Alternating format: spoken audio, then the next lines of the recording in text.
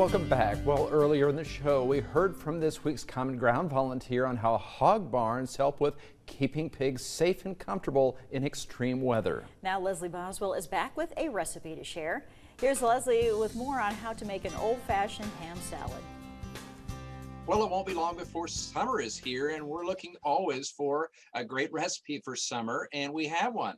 Joining me now with more is Leslie Boswell with Common Ground. And Leslie, what do you have for us today? I got one of my old favorites that you just don't get very often anymore, and that's a ham salad sandwich.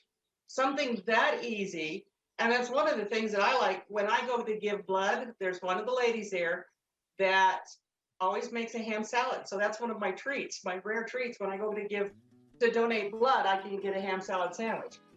Now what I've done here is I bought some sliced ham. I cut it up in chunks, which is just that fast,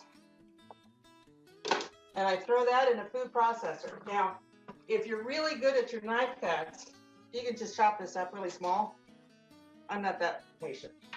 And I'll run that for just a little bit, just to kind of grind it down, but I don't want it pasty, so you need to be careful on that. I'll turn this on. And now I'm going to go ahead and add some mayonnaise. And this is all kind of subjective, depending on how much ham you throw in. I did post the recipe for this.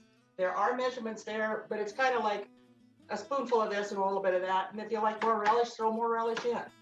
So I'm going to put some relish in. I'm going to mix that up. I've got some celery that I'm going to go ahead and throw in here. And one of the things that I did was I took the strings off the celery. It's easy, just pull the ends off. You can makes it a little bit easier to eat.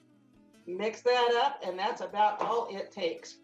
But now what you can do with that is you can serve that on white bread, you can serve it on a rye bread, or you can use it with crackers and then throw on a little piece of Swiss cheese with it. And that's one of the things that you can just use this for a little snack. But where we have got track meets and baseball games and all these things going on, it's something easy to throw together. Stick it in a stack. It's going to have to be in a cooler, maybe with an ice pack, because you will have to keep it cold because of the mayonnaise in there. But it's something you can throw together quick and take with you to the game, then you've got a meal right there. Oh boy, looks good. Thank you very much, Leslie, for sharing that with us today.